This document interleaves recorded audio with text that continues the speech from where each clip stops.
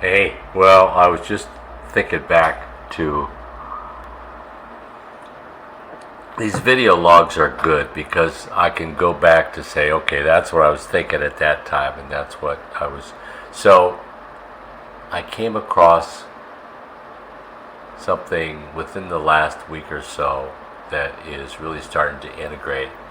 I think some of the things I want to marinate in my head before I can feel it in my vibration. It seems like frequency comes before vibration. And when you vibrate with what you were saying in your head, then that means that it went through and it's real. And it's true for you. So after I got through all of the beliefs, when I was a Christian about hell and then it finally did make sense that God would take a part of himself and set it on fire for all eternity. It just doesn't make any sense. He wouldn't create a place like that. It's all based on separation. So I realized that we become separate. We don't ever become separated from God, ever. It's impossible to become separate from God. But it is possible to think that you're separate. And when you do that, you can create any kind of hell you want. And we did come here for separation. We came here to experience it, and we came, I think, to find our way back to the source. And that's what I'm doing. And I think that's how you win the game. You do everything you want to do, and you still keep doing everything you want to do. As long as you don't harm yourself or anybody else, there's no bad. There's no such thing as bad. So I went through a timeline. I had so much anger. And I found a timeline that fit so I could channel this anger to those evil people. So I believed in good versus evil. I thought there was evil people. So I was like, I'm angry because of you, Hillary, because of you, Fauci, and Bill Gates, and I was just angry all the time. Rockefeller, the Queen. I mean, I could go through like a list of at least 300 people that I was angry at. And anybody that was on the evil side, you're either evil or you're good. You're one or the other. And that was the way I viewed life. It was like mental masturbation to get this anger out. And I would be drained. But because it wasn't coming from source energy, it was just, I had too much energy. I didn't know what to do with it. So I could get electricity if I found people that I was angry at. And you go to jail, Giselle and Epstein and all. And I wanted justice. That would make me feel better, knowing that somebody got their comeuppance. And somewhere along the line, I decided to love everybody. And then, oh my God, everybody? Yeah, everybody. Even the evil people, and then little by little, I gave up before that, I'd say about a year or so before that, I gave up on the whole idea of there is an evil person. Because if the person is conscious, and I'm not talking about all the beings here that don't have a conscious, but say, if a person has a conscious, they have a soul. And if you look into their soul from their perspective, you learn a lot. And so you realize that everybody's soul is a direct reflection of God. It's whole, it's complete, it needs nothing.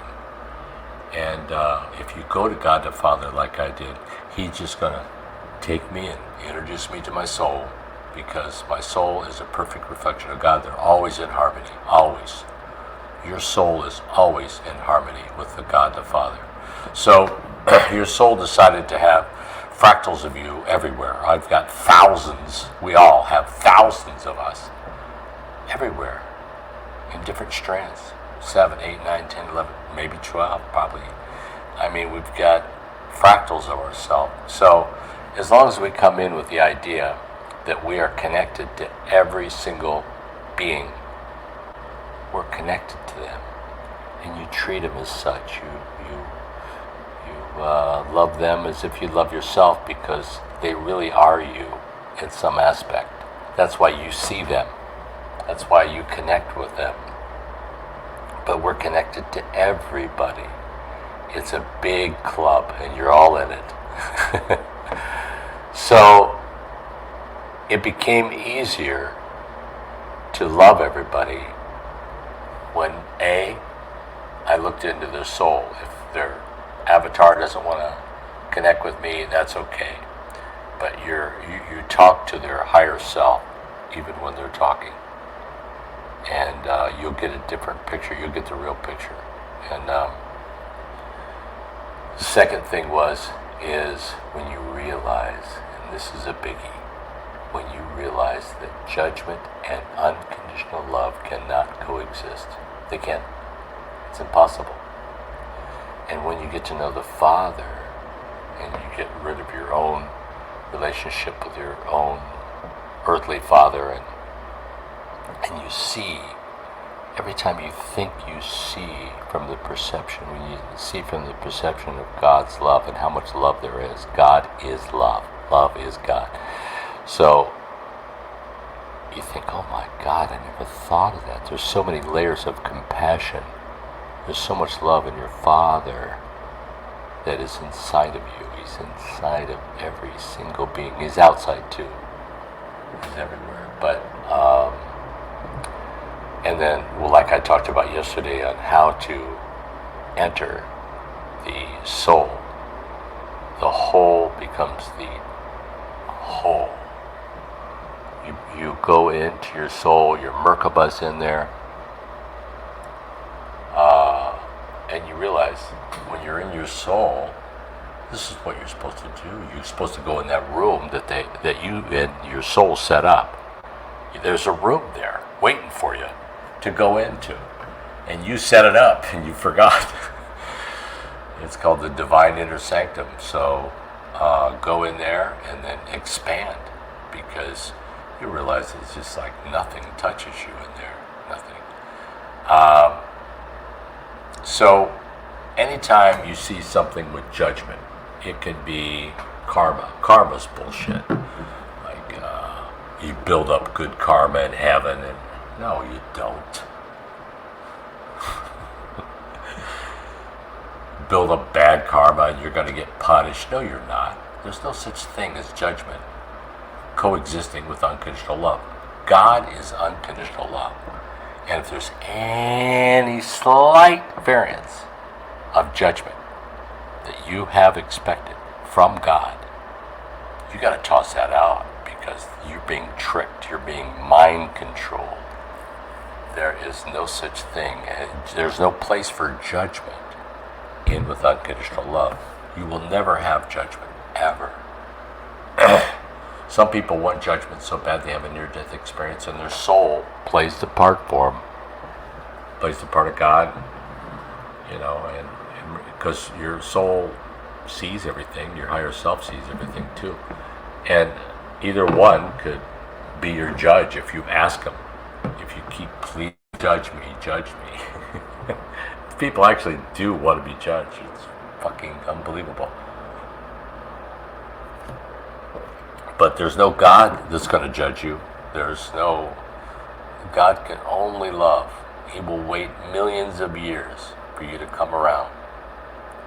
But he will always love you. Always. There's no, damn, that fucker is doing this again. No, there's none of that. It's just love, love, love. Always, forever. And you've been around forever. So, once you marinate on that there is, every time something comes up and it sounds a little negative, it's not from source. Ditch it. Push it away. You're wasting your time with it, because it's been tampered.